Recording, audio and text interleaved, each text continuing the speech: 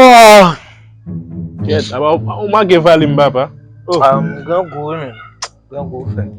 jan gout ou baba? Ou va gagner dans poche ou même rapide. An yen men fwe ou, an yen men. Papi non vi chen ma ba, nèg ba gagner dans poche li men ba. E sou vi chem nou am gade ou men. E wan vi Men chat ap men ou. boko mon habitué fonctionner avant, si ndè gen la ba fonctionner avant déjà là. Oh, mwen jan gout ou men. E ou men dabalman de sou gen ti kop nan la chen depe an ba. Je m'a regardé, ou tellement grand goût là, les mi la ka même ben pas ben jamais. Pap tou moute kabel. Oh! Ka grand pe la vous men fait. Zande, Arab non même, ou pe li. ba gon gout la nou fe. Ça dit je dis a fait 3 jours de m'pa manger. Oui, e men, 4 jou. Yo, cousin moi m'bral virer fait. Ok fe. Voilà qui là, m'bral petit combat là pour moi ça Ambe, fait. gat sa ou ka fe mwen, mwen la mapet tan nou. Be ok. Gran gout la, yeah. Dete mesye, ata ti kop mwen la, mi se te vle mbali.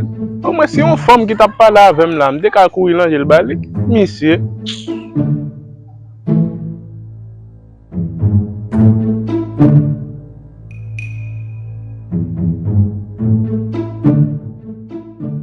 Bonsoir, beau gosse.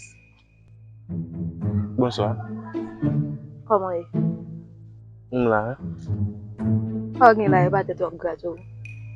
Premier femme mwen bel ti moun sa bin kampe. Regardez. Ou bel ou? Eh oui, merci. Faut qu'on ait beau en pile, même. Oh, merci chérie. Galon grande étoile. Qui saute dans le ciel, l'auto sous terre. Gade, baye pou mta dil mesye. Gade lan beti je vin base mla. Faut qu'on sait pas fin qui vraiment attire. E vwe? Ça pas un problème si on t'a fait un petit câlin pour me t'apprendre là-dedans. Approche.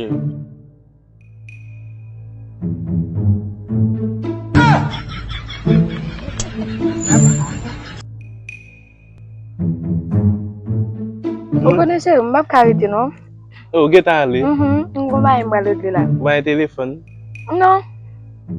Ambe ale nan chérie. Eh oui, ok. Ok. Ou douce. Oh, 54. Aba gen bous? Oui frère. Va manger. Hey, ça semble à bous mwen. Ki nan men misi ya. Oui, men bawol.